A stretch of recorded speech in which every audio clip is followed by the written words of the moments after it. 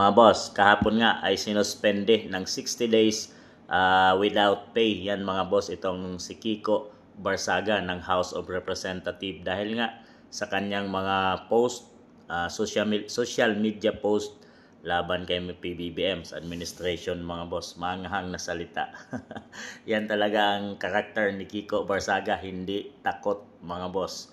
At dito katapos nga ng kanyang suspension ay sinabi niya, akala ni Bongbong sa pagsuspende nyo sa akin, matatahimik at hihinto na siwalat ang baho nyo. Well, the answer is no. Hanggang ganyan lang naman kayo. Nung gawin sa akin dahil wala kayo may kitang ninakaw ko no. Nakahanggang ethics complaint lang kayo. Malamang kung isa akong corrupt na congressman, baka nakasuhan na din ako ngayon at napatulog. Sorry, hindi nyo ko katulad kaya hanggang ethics complaint na lang kayo.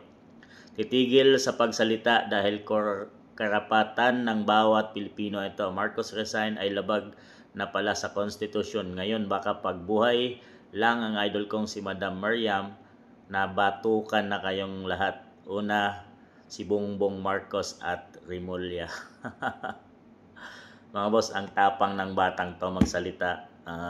Sinuwalat niya kung anong mga baho ng Congress, tsaka corruption laban kay PBBM. So, sinabi nga na bakit inuna pa dito ang kaso ni Kiko Barsaga at hindi tinutukan ang mga kaso at ng mga kasamahan nilang congressman na nasa corruption mga boss no.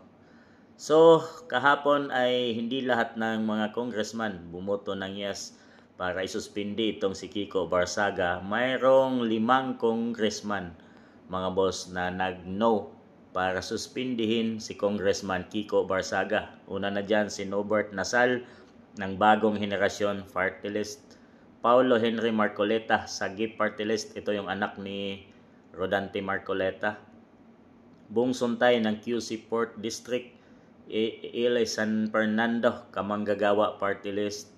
Leandro Lebeste, Batangas 1st District, anak ni Loren Legarda mga boss. Sila yung 5 congressman na nag-no para isuspende ang si Kiko Barsaga at sinabi nilang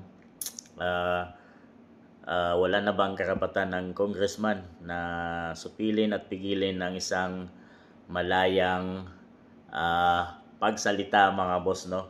Yan nga ang ginagawa ni Kiko Barsaga. Pero talo pa rin sila dahil mas marami yung kakampi ng PBBM administration ng mga congressman. So ayan, suspended si Kiko ng 60 days without pay. Pero siguradong hindi pa rin ito matatahimik at tuloy-tuloy pa rin ang kanyang pagpo-post at pagpuna dito sa PBBM administration mga boss.